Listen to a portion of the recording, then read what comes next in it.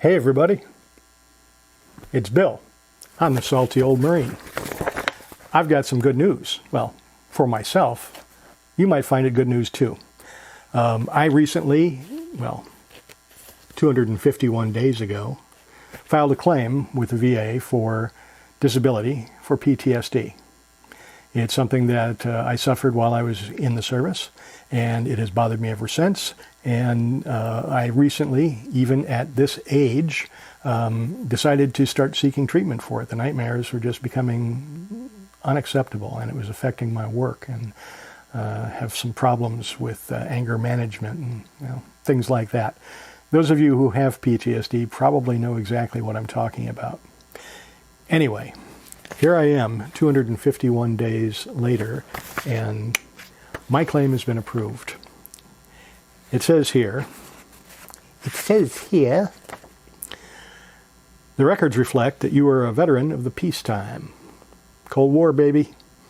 You served in the Marine Corps from this date to that date. We received your supplemental claim on May 29th, 2024. Yeah. Based on a review of the evidence listed below, we made the following decisions on your claim. Service connection for post-traumatic stress disorder is granted with an evaluation of 50%, effective May 29th, 2024. Now, this decision was February 5th, 2025, 251 days later. So people want to know how long does it take to get your claim approved? Well, it took this one 251 days. You got to be patient with this stuff. But here's what I wanted to talk about. This is what's really important. This document right here comes with your claim letter. So when they tell you about your claim and what their decision was, they also tell you some important information, not just about things like how much money you're going to get, whether or not you have dependents, and does that include extra compensation because you have dependents? In my case, it does. I have a wife. But it also talks about things like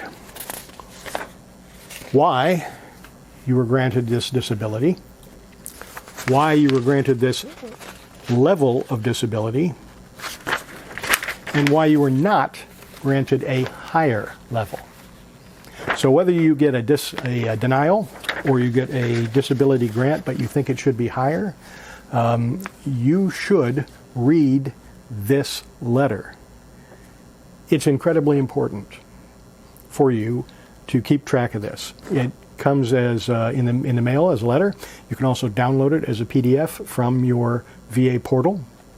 So, what does it tell me? The reasons for decision. This is important. This is the important part.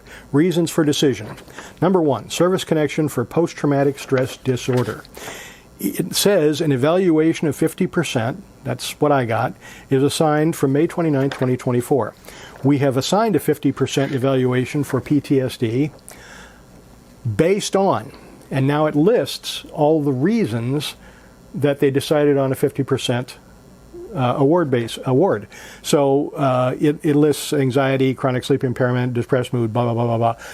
It lists these all as bullet points. Okay? I have all of those things. I know that as I went through my VA therapy, which I'm still going through, talked to the psychologist, I said all of these things, and these were all noted. They gave me questionnaires and tests, and this is what was determined. And it's accurate. It's absolutely accurate. However, it says a higher evaluation.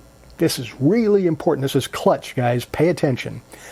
A higher evaluation of 70% is not warranted for a mental disorder unless the evidence shows occupational and social impairment with deficiencies in most areas, such as work, school, family relations, judgment, thinking, and mood, due to such symptoms as blah, blah, blah, blah.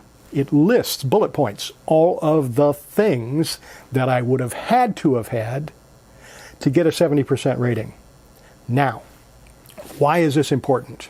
Well, as I look this over, it looks to me like they missed a couple of things. Yeah, things that I actually suffer from and told my therapist about and are in the record at the VA, and they glossed over it, apparently. because I didn't get a 70% rating, I got a 50% rating. What am I going to do about it? Well, I'll tell you what I'm going to do about it. You might want to take some notes.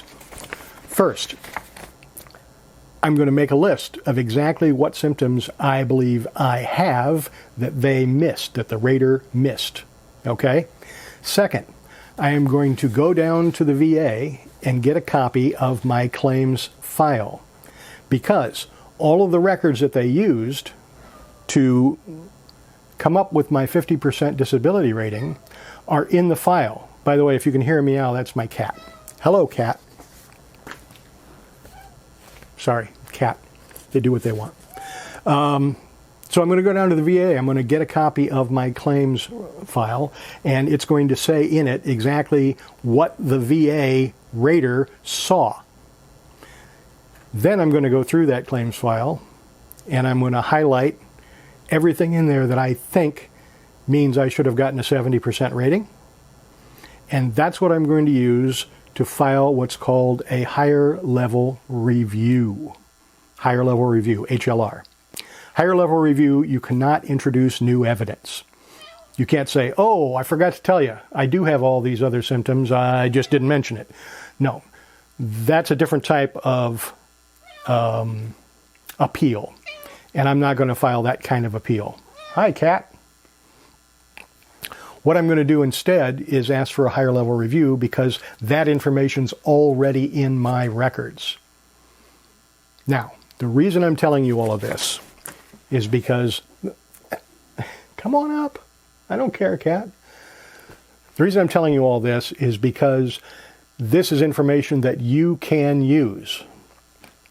If you get a denial, if you get a service connection award and you don't think it matches what your current symptoms really are, then you need to be looking at this letter that you got. It tells you exactly why you got the rating you got and why you didn't get the rating that was the next higher up. It says it, black and white. You cannot go wrong here, okay? The only way you're not going to be able to file a higher level review is if you simply don't have the symptoms for the next higher level up. If you do have those symptoms and you did make that into the record, then that's when you need to file your HLR. Now, HLR will take time, and there's always a chance that at an HLR they could choose to downgrade you. Okay, so you are taking a risk. However, I'm told that that's not that frequent. I'm also told that HLRs are successful about 50% of the time. I don't know if that's true. That's simply something that I've read online. In my case, I think that's a flip of the coin, and it's probably worth it. So, I am going to file an HLR. I'm going to explain exactly why and where in my records that were in evidence they can find that information, and we'll see what happens. It's going to take some time. I'm told the average is 120 days, so 4 months. In the meantime, I've still got my 50% rating, I'm still service connected, and I can proceed with things like secondary conditions to PTSD, and brother, I got a lot of them. Anyway, long story short, when you get your claim approved or denied, read that decision letter. Read it. Go through it, line by line. Make notes. It can help you if you need to appeal. That's what I got for you right now. This is Bill. I am the salty old Marine. Ow. This is my cat. His name is Stash. Say hello to Stash. All right, go away. Please like, share, subscribe. Let's get the word out. I'm trying to help all the other veterans, right? We all need to know this information. As always, right, Stash? Have a great day.